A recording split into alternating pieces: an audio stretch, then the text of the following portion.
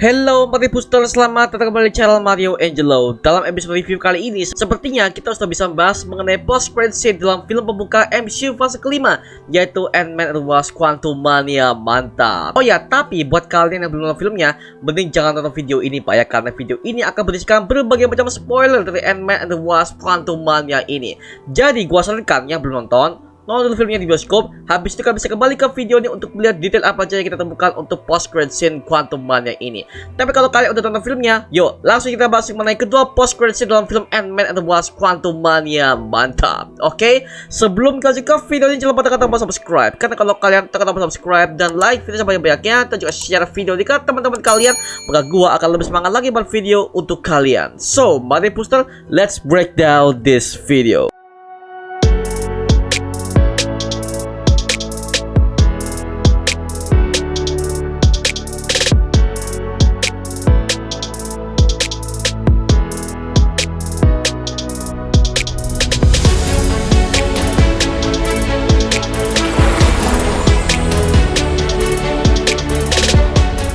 Oh ya, sebelumnya gue mau mengucapkan terima kasih sebesar-besarnya atas partisipan kalian untuk hadir di nobar Quantumania ini, terutama di Surabaya Pak ya. Wajir, kita diskusi bareng, ternyata asik juga nih bareng kalian nih. Wajir, kita udah berteori, segala macam, kita kopdar. Wah gila sih, bagus-bagus, gak sabar lagi nih buat nobar bareng kalian lagi dan yang di Surabaya nih. Oke, tapi buat kalian yang gak kepengen nobar, tenang, jangan khawatir, karena kita pasti akan adakan nobar lagi untuk movie pop culture berikutnya. So, ditunggu aja dan follow semua sosial media kita untuk para admin ini untuk berikan informasi update nobar berikutnya. Oke, lanjut. Setelah Kang the Conqueror berhasil dikalahkan oleh Ant-Man dan seluruh keluarganya, akhirnya mereka kembali ke dalam dunia nyata dengan selamat. Serta mereka juga berhasil menghancurkan pusat dinasti yang telah dibuat oleh Kang the Conqueror dalam Quantum Realm. Akhirnya film ini berakhir dengan Scott Lang beserta dengan keluarganya untuk merayakan ulang tahun Casey Lang sebagai bentuk permintaan maaf dari ayahnya, karena dia sudah merasa bersalah telah menghilang selama 5 tahun akibat kejadian Blip Thanos dan ingin mendekatkan dirinya dengan putrinya.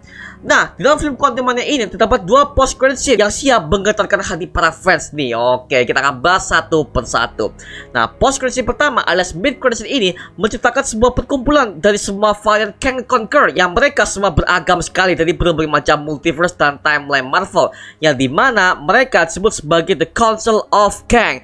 Nah, The Council of Kang ini sendiri pertama kali muncul dalam komik Avengers issue nomor 297 yang dirilis pada tahun 1986, yang dimana kelompok ini merupakan sebuah kelompok yang didirikan oleh Kang the Conqueror sendiri, yang dimana tujuan utamanya adalah untuk membunuh setiap varian Kang yang dianggapnya oleh varian paling lemah. Padahal niat asli Kang ini membuat Council ini adalah karena dia ingin menghabisi semua para variannya sendiri, agar Kang bisa menghapus semua kesalahan di masa lalu ketika dia sudah mengacak-acak sejarah dan timeline, sehingga dia bisa menguasai multiverse seorang diri.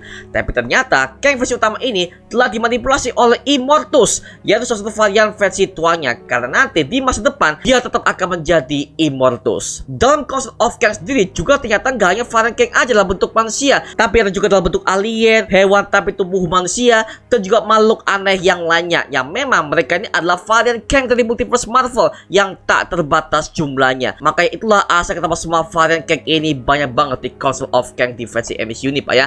Terlihat dalam mid credit ini, ternyata perkumpulan tersebut dipimpin oleh Immortus, yang dia mengatakan bahwa Kang yang asli sudah tewas dibunuh oleh Ant-Man dan keluarganya di Quantum Realm. Ternyata terjawab, mereka semualah yang telah mengasihkan Kang the Conqueror ini ke dalam Quantum Realm, dan mereka juga lah yang menyabotase time chair miliknya agar Kang ini bisa terjebak di dalam sana selamanya, yang bertujuan agar dia tidak akan bisa keluar dan tidak akan bisa menguasai multiverse. Tapi sekarang gua tanya kalian nih para audiens sih, menurut kalian di ending Quantumania ini, apakah Kang ini udah mati atau dia hanya terjebak di dalam aliran waktu aja nih? Nah, well, sebenarnya ini udah dijawab di post credit scene kedua nanti Pak ya, tapi nanti ya kita akan jelaskan di akhir video aja. Oke? Nah, di samping Immortus terdapat dua varian Kang yang lainnya, yang dimana kalau kita lihat di bagian kirinya ini, sepertinya ini adalah Fir'aun Rama-Tut alias varian Kang yang sudah menjadi diktator Mesir di masa lalu. Nah, kisah Rama-Tut sendiri pertama kali muncul dalam komik Fantastic Four issue nomor 19 yang dirilis pada tahun 1963, yang dimana diceritakan bahwa Nathaniel Richards telah melakukan misi berbahaya untuk pertama kalinya, di mana dia sangat terobsesi sekali dengan mengotak-atik sejarah. Akhirnya dia membuat sebuah time chair sendiri untuk bisa melakukan time travel ke masa lalu. Dan akhirnya dia mengalami sebuah kecelakaan di zaman Mesir kuno, tepatnya di tahun 2960 sebelum Masehi, di mana dia terjebak di sana dan memutuskan untuk menyamar sebagai Fir'aun Rama-Tut. untuk menutupi identitasnya kepada para bangsa Mesir yang melihatnya saat itu. Serta kapalnya juga dia rubah menjadi sebuah Sphinx, di mana semua orang yang ada di sana menganggap bahwa Ramatat ini adalah utusan para dewa. Maka dari situlah Nathaniel Richards menyamar sebagai Ramatat untuk menjadi penguasa Mesir yang brutal dan kejam. Tetapi karena tindakannya telah menghancurkan timeline Marvel, akhirnya Fantastic Four berhasil menemukan Kang yang ternyata dia berada di zaman Mesir kuno dengan menyamar sebagai penguasa Mesir yang bernama Ramatat. Akhirnya terjadi pertempuran yang besar di sana, sampai akhirnya dia menyerah dan memutuskan untuk kembali ke masa depan untuk menghilangkan kekalahannya di zaman Mesir kuno ini, Pak ya. Nah, sepertinya di mid-credits ini Ramatat ini sudah menjadi bagian dari Council of Kang, yang dimana dia sudah mengabdi kepada Immortus sebagai pemimpin mereka untuk membantunya menghancurkan Kang Conqueror, yang dimana dialah dari awal biang kancer timeline Marvel ini dan munculnya berbagai macam varian dari dirinya yang lain. Tapi gua ada teori menarik banget deh untuk si Ramatat ini. Jika memang Ramatat sudah ada, berarti bisa jadi Fantastic Four sudah eksis di MCU. Cuma keberadaan mereka ini masih belum diperlihatkan di project MCU. Itu pun kalau memang kisahnya akan sama seperti di komiknya. Tapi karena ini MCU, sepertinya timeline dan sejarahnya ini akan dirubah banget, Pak ya, seperti itu. Well, kita tunggu aja mengenai kisah Ramatat versi MCU bagaimana, oke? Nah, untuk di bagian sebelah kanannya ini, gua masih belum tahu nih siapa. Tapi kalau gua perhatikan dari segi bentuk kostumnya, gua awalnya berpikir kalau ini adalah High Evolutionary, tapi dalam bentuk varian Kang sendiri. Tapi setelah gua amati lebih detail, kayaknya bukan deh ya. Sepertinya ini adalah Scarlet Centurion yang pertama kali muncul dalam komik Avengers Annual issue nomor 2 yang dirilis pada tahun 1968. Yang memang dia ini adalah bentuk penyamaran selanjutnya setelah Kang ini gagal menjadi Ramatat karena dia sudah kepergok oleh Fantastic Four dan dia akhirnya pergi menuju ke Earth 689, yang dimana dia memutuskan untuk menyamar sebagai Marcus Kang alias Scarlet Centurion yang memiliki tujuan utama yang lebih gila lagi, yaitu untuk mengadu domba antara Avengers versi Earth 616 dengan Avengers versi Earth 689. Dan ini posisi yang dikatakan oleh Kang utama ketika dia mengatakan kepada Scott Lang bahwa dia sudah membunuh para Avengers, karena di post creditsnya sudah ada Scarlet Centurion yang dimana memang dialah yang sudah membantai kedua versi Avengers ini dalam kedua universe tersebut, Pak ya. Tapi mungkin untuk sejarahnya Scarlet Centurion ini untuk kode Earth MCU nya agak berbeda, Pak ya, karena untuk Earth 616 MCU Avengers ini masih ada secara walafiat dan mereka ini belum sama sekali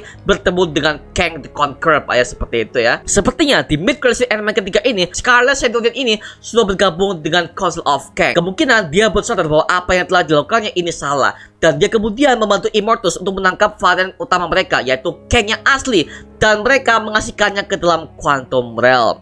Sedangkan untuk Immortus sendiri, seperti yang gue bilang tadi, bahwa dia ini adalah varian masa depan dari Kang the Conqueror sendiri yang pertama kali muncul dalam komik Avengers issue nomor 10 yang dirilis pada tahun 1964. Nah, Immortus sendiri adalah villain utama dari Fantastic Four yang berlatar di masa depan yang lebih jauh lagi, karena dia ini adalah Kang versi tuanya ya, yang merupakan seorang agen timekeepers yang ditugaskan untuk menjaga integritas garis waktu. Bahkan dia tuh sering berhadapan dengan Fantastic Four dan juga Avengers. Lalu akhirnya kita bisa melihat banyak sekali ribuan para varian Kang dari berbagai macam multiverse dan timeline Marvel yang menyatu akibat dari ulah Kang utama yang selalu mengacaukan waktu dan multiverse, sehingga semua variannya yang ada di berbagai macam multiverse ini berkumpul untuk bersatu menjatuhkan Kang versi utama. Selanjutnya kita langsung ke post credits kedua, di mana sini kita akan dibawa ke dalam sebuah kisah Kang yang ternyata dia menyamar sebagai salah satu kurator museum yang memamerkan sebuah makarya kepada para pengunjung museum yang ada di sana.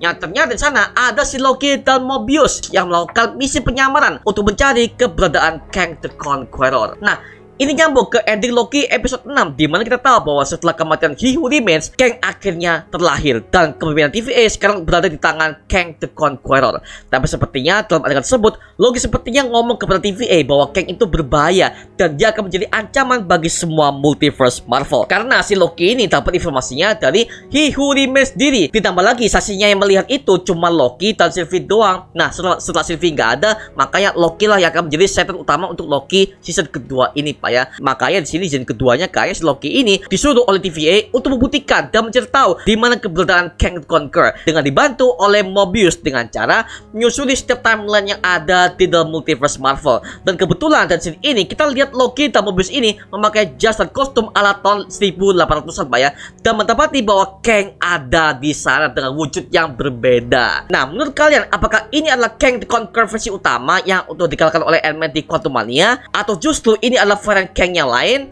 tulis kalian di kolom komentar di bawah Pak ya. So, itu aja mengenai breakdown kita kali ini. Kalau kalian ada teori menarik dari kalian sendiri ataupun informasi baru, tulis aja di kolom komentar di bawah dan kita bisa diskusi bareng seperti biasanya, oke? Itu aja mengenai video kali ini. Jangan lupa like, comment, dan subscribe untuk mendukung gua sama video mendidik dan menghibur semua. Karena gua jadi bisa mungkin gua akan buat video seperti lagi untuk kalian. Dan jangan lupa follow semua sosial media kita, Instagram, Twitter, TikTok, bahkan Spotify kita ya. Linknya juga udah gue siapkan di kolom deskripsi di bawah. Karena situ kita juga update beberapa konten terbaru dari kita. Dan kalau kalian ingin bergabung bersama kita di grup komunitas, langsung aja gabung di grup WA kita namanya Mario Booster Official. Linknya udah gue siapkan di kolom deskripsi di bawah. Dan juga terima kasih buat kalian yang udah bergabung ke membership community. Nama gue Angelo dan sampai ketemu di video berikutnya. Adios semuanya. Wuhui.